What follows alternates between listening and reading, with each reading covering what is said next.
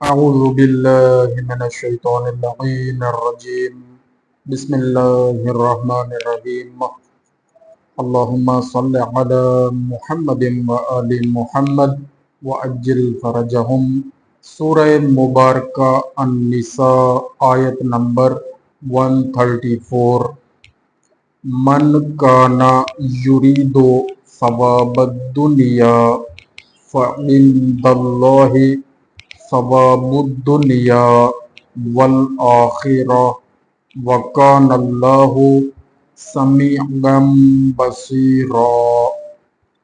جو فقط دنیاوی مفاد کا طالب ہے پس اللہ کے پاس دنیا و آخرت دونوں کا ثواب موجود ہے اور اللہ خوب سننے والا دیکھنے والا ہے۔ تفسیر: ان لوگوں کے عقل و شعور کو بیدار کیا جا رہا ہے جو صرف طالب دنیا ہیں۔ تقوی اختیار کرنے اور بارگاہ الہی میں حاضر رہنے سے دنیا اور آخرت دونوں کی سعادتیں مل سکتی ہیں، لیکن یہ لوگ آخرت کی ابدی سعادت کو چھوڑ کر چند دنوں کی دنیاوی زندگی کے عیش و نوش میں بدمست ہیں۔ اہم نقطہ اس آیہ مبارکہ کا وہ یہ ہے، اللہ تعالی طالب آخرت کو دنیا بھی دے دیتا ہے، لیکن طالب دنیا کو آخرت نہیں دیتا۔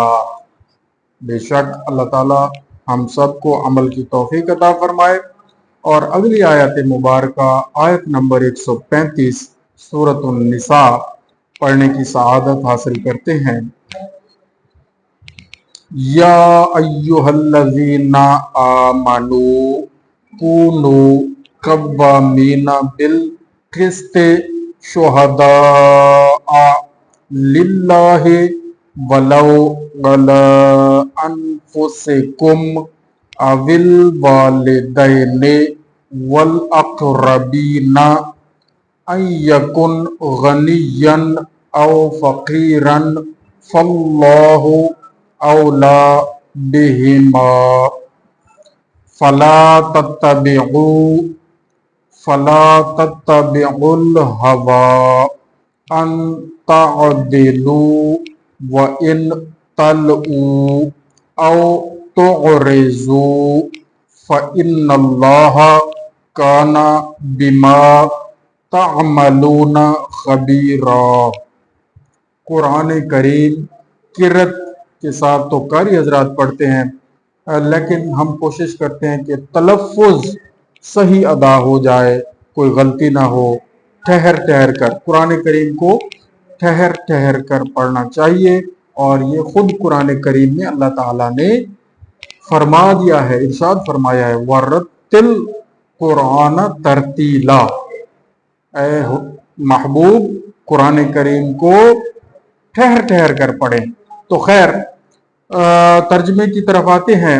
اے ایمان والو، انصاف کے سچے دائی بن جاؤ، انصاف کے سچے دائی بن جاؤ اور اللہ کے لیے گواہ بنو، اگرچہ تمہاری ذات یا تمہارے والدین اور رشتہ داروں کے خلاف ہی کیوں نہ ہو۔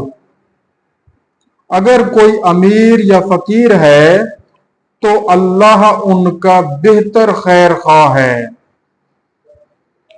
لہذا تم خواہش نفس کی وجہ سے عدل نہ چھوڑو، خواہش نفس کی وجہ سے عدل نہ چھوڑو، اور اگر تم نے کج بیانی سے کام لیا یا گواہی دینے سے پہلو تہی فرمائی یا گواہی دینے سے پہلو تہی کی، تو جان لو کہ اللہ تمہارے اعمال سے یقیناً خوب باخبر ہے۔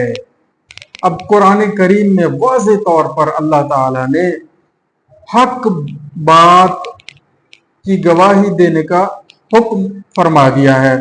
अब जो लोग हक गवाही नहीं देते वो कुरान करीम की नफी करते हैं।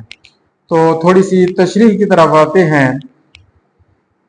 कव्वामीन का लफ्ज इस्तेमाल हुआ है आया मुबारका में, तो इसका मुफर्रद कवाम है, कयाम का सीगा मुबालगा है, यानी अपनी पूरी कुव्वत के साथ कायम रखो।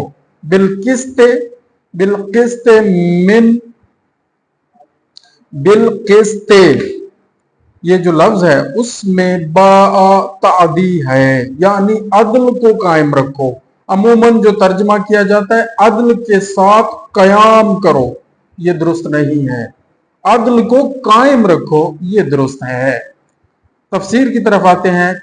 कूनू कव्वामीना बिल किस्त, इसका मतलब, इसकी तफसीर, कुरान मजीद ने अदलो इंसाफ की इनफरादी और इज्तिमाई अहमियत के पेश नज़र मुख्तलिफ आयात में इसे निहायत ताकीदी अल्फाज में बयान फरमाया है। मुख्तलिफ आयात में अदल का इनफरादी हुक्म भी फरमाया है और यहाँ पर आयात भी दी गई है। तो तवील ना हो जाए वीडियो तो हम वो स्किप कर रहे हैं। इन आयात में भी ये सारा अदल का हुक्म दिया गया है। तो दूसरे नंबर पर शुहदा लिल्लाह, इसका मतलब क्या है, इसकी तफसीर क्या है? गवाही देते हुए अल्लाह ताला को सामने रखो फिर गवाही दो, यानी अल्लाह ताला की जात आपके दिलो दिमाग और जहन में और आपके सामने होनी चाहिए, फिर गवाही दें, हक गवाही दें, सच गवाही दें, झूठ न बोलें, सिर्फ अल्लाह की खुशनुदी को मद्देनजर रखते हुए गवाही दें। और तीसरे नंबर पर बात हुई है अविल वालिदैन वल अक़रबीन। तो तफसीर ये है कि खाह तुम्हारी ये गवाही, जो आप गवाही अल्लाह की खातिर दे रहे हैं, अल्लाह की खुशनुदी के लिए दे रहे हैं, खाह तुम्हारी ये गवाही खुद अपने जाती मफादात के खिलाफ हो या वालिदैन के मफाद के खिलाफ हो और करीबी रिश्तेदारों के हक में ना हो, फिर भी क्योंकि अल्लाह के लिए देनी है तो वो गवाही दें। जज्बात और एहसासात पर अक्ल की हाकमियत होना चाहिए। अगरचा कहने के लिए ये आसान है मगर अमलन मुश्किल काम है। बिल्कुल।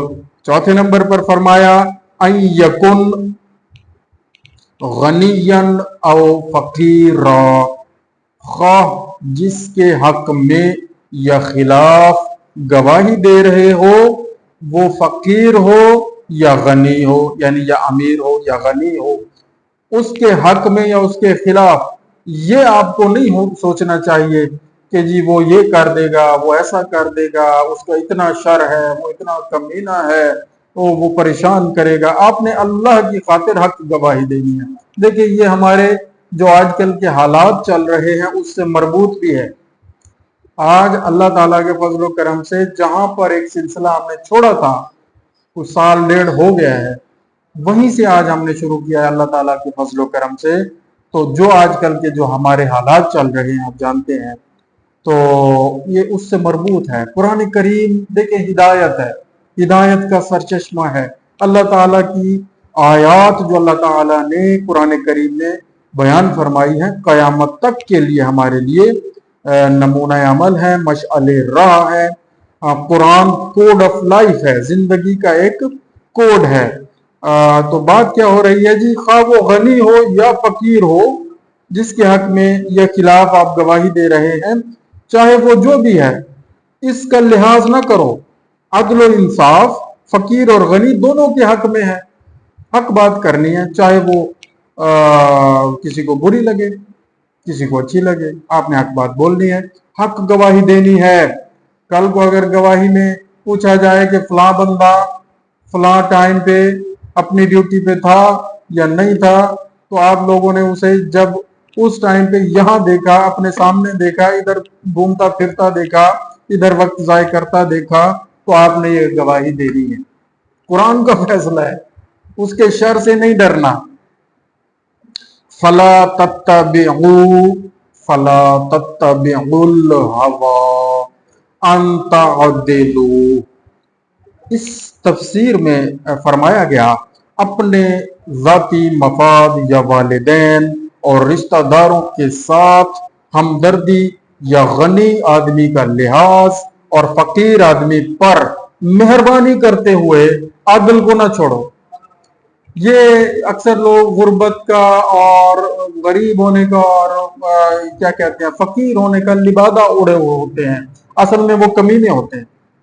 वक्त आने पर वो अपनी कमीनगी जाहिर भी करते हैं, लेकिन क्योंकि गरीब बनकर, फकीर बनकर, मिस्कीन बनकर वो मफाद उठाना चाहते हैं और फिर लोगों पर जुल्म और ज्यादती जो उन्होंने की होती है या कर रहे होते हैं उससे अपने आप को बचाना चाहते हैं, तो लोग कहते हैं यार छोड़ो यार, चार बंदे भी साथ वाले कहते हैं छोड़ो यार डॉक्टर साहब, छोड़ो फलां मलिक साहब, छोड़ो फलां साहब, छोड़ो जनाब, ये गरीब आदमी है, फकीर आदमी है, छोड़ दो यार। लेकिन अदल का तकाजा अल्लाह पाक ने कुरान करीम में ये फरमा दिया है कि उसको उसके साथ अदल करो ताकि मिसाल कायम हो जाए, ताकि मिसाल कायम हो जाए। तो अदल को ना छोड़ो, चाहे कोई फकीर है चाहे कोई गरीब है। और ना इंसाफी उनमें से किसी के हक में नहीं है, ना इंसाफी भी नहीं करनी और हक भी बोलना है। और 7वें नंबर पर फरमाया व इन तल तो, अगर तुमने गवाही देते हुए हक के खिलाफ कज बयानी से काम लिया, हक के खिलाफ कज बयानी से काम लिया या गवाही देने से मुंह मोड़ लिया, तो अल्लाह तुम्हारे अमल से बाखबर है, यानी तुम अल्लाह की निगरानी में हो, तुम्हारे हर अमल की बाज पुरसी होगी।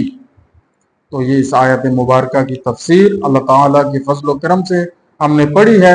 अहदीस भी इसमें दर्ज हैं झैल में। चले एक हदीस हम पढ़ लेते हैं। चुनाचा हजरत अली अलैहिस्सलातु वस्सलाम से रिवायत है, वल अदलो साइसुन, अदल सब की क्या है जी, निगहदाश्त करने वाला है। वल अदलो साइसुन मुन, अदल सब की निगहदाश्त करने वाला है, यानी अगर अदल करेंगे तो किसी के साथ जुल्म ज्यादती नहीं होगी। कोई ये नहीं कह सकेगा यार मेरे साथ तो ये ऐसा सलूक हो रहा है और फलां के साथ ये सलूक किया जा रहा है। तो सबके साथ अदल वाला सलूक करें तो इंशाअल्लाह सबके हकूक कायम रहेंगे, किसी की हक तलफी नहीं होगी। तो मौला ने तो फरमा दिया। अदल की इज्तमाई अहमियत के बारे में आपसे रिवायत है, व इन अफज़ला कुर्रत ऐनिल वुलातिस्तिकामतुल अदल फिल बिलाद, हुक्मरानों की आंखों की ठंडक मुल्क में अदलो इंसाफ का इस्तेहकाम है। जो अच्छे हुक्मरान होते हैं ना वो मुल्क में अदलो इंसाफ कायम करते हैं। और अगर अल्लाह ताला ने हमें इस चार दीवारी में थोड़ा सा अख्तियार दिया है तो हमें भी चाहिए कि हम इस चार दीवारी में मौजूद सब लोगों के साथ अदल से काम लें, अदल इंसाफ से काम लें। अगर हम किसी घर में सरबराह हैं तो घर में अदल इंसाफ से काम लें, सब बच्चों के साथ अदल इंसाफ से काम लें। और यहाँ अगर हमारे कुछ सब ऑर्डिनेट्स हैं जो हमारे मातहत हैं उनके साथ हम अदल इंसाफ से काम लें तो फिर सबके हकूक भी कायम रहेंगे और परेशानी भी नहीं होगी। इस आयत मुबारका के 3 अहम नुकात हैं और वो ये, नंबर 1, अदल इंसाफ का निज़ाम कायम रखो। नंबर 2, गवाही सिर्फ अल्लाह ही के लिए दिया करो। ये ना सोचा करो ये अमीर है, इसका जनाब इसका कल ये हमें परेशान करेगा, उसके हक में गलत या सही गवाही दे दो, या ऐसा नहीं, अल्लाह के लिए देनी है। یہ جناب فقیر ہے، یہ کمینہ ہے، اس کے شر سے بچنا ہے، اس کو چھوڑ دو، اس کے خلاف نہیں بولنا، حق بات نہیں کرنی، تو یہ بھی غلط ہے۔ گواہی صرف اللہ ہی کے لیے دینی ہے۔ اور تیسرا اہم پوائنٹ، اپنی ذات اور قریبی رشتہ داروں کے خلاف ہو تو بھی سچی گواہی دو، چاہے اپنے خلاف ہو چاہے اپنے رشتہ داروں کے خلاف ہو۔ اور چوتھا اور پانچواں پوائنٹ بھی ہم بتا دیتے ہیں، اس میں ہے حق پر مبنی گواہی دو، خواہ دولت مند کے خلاف جائے یا فقیر کے خلاف جائے۔ تمہاری گواہی دینے سے فقیر و مسکین کا کچھ نہیں بگڑتا، تم حق کی بات کیا کرو اور فقیر کی ہمدردی اور امیر کا لحاظ نہ کیا کرو، کیونکہ عدل و انصاف اور حق کا فیصلہ امیر اور غریب دونوں کے مفاد میں ہے۔ جب حق کا فیصلہ کیا جائے گا دونوں کا فائدہ ہوگا۔ اور پانچواں پوائنٹ یہ ہے کہ سچی گواہی کو عدل و انصاف کے قیام میں بنیادی حیثیت حاصل ہے۔ صدق اللہ العلی العظیم۔ اللہ تعالیٰ سے دعا ہے، یا اللہ کریم، قرآن کریم کا جو سلسلہ کافی عرصے سے ٹوٹ چکا تھا، یا اللہ ہم دوبارہ التجا کرتے ہیں، دعا مانگتے ہیں، پنجتن پاک، 12 امام، 14 معصومین علیہم الصلاۃ والسلام کا وسیلہ دیتے ہیں، واسطہ دیتے ہیں، ان کے حق کا واسطہ دیتے ہیں۔ یا اللہ کریم ہمیں قربتاً الی اللہ یہ سلسلہ قرآن کریم و ترجمہ و تفسیر پڑھنے کی، سمجھنے کی، اس پر عمل کرنے کی اور اس کا پیغام آگے پہنچانے کی ہمت، قوت، ہدایت اور توفیق عطا فرمائے رکھیں۔ یا اللہ کریم ہماری یہ دعائیں قبول فرمائیں اور ہمارے زمانے کے امام کے ظہور میں، ان کے ظاہر ہونے میں جلدی فرمائیں، اور ہمیں ہماری آنکھوں کو نصیب فرمائیں کہ ہم اپنے امام کی زیارت کر سکیں، ان کی حکومت میں زندگی گزار سکیں، کیونکہ آیات مبارکہ میں بھی عدل کا ذکر ہے، اور جو 12ویں امام اس زمانے کے امام ہیں، انہوں نے بھی اللہ کے حکم سے اس زمین پر عدل و انصاف کو قائم کرنا ہے، عدل کی حکومت کو قائم کرنا ہے۔ تو یا اللہ ہمیں ہمت و قوت دے، ہمیں توفیق دے، ہم ان کی حکومت میں زندگی گزاریں۔ آمین بجاہ النبی الکریم و چہاردہ معصومین علیہم الصلاۃ والسلام۔ اللہم صلی علی محمد و آل محمد وعجل فرج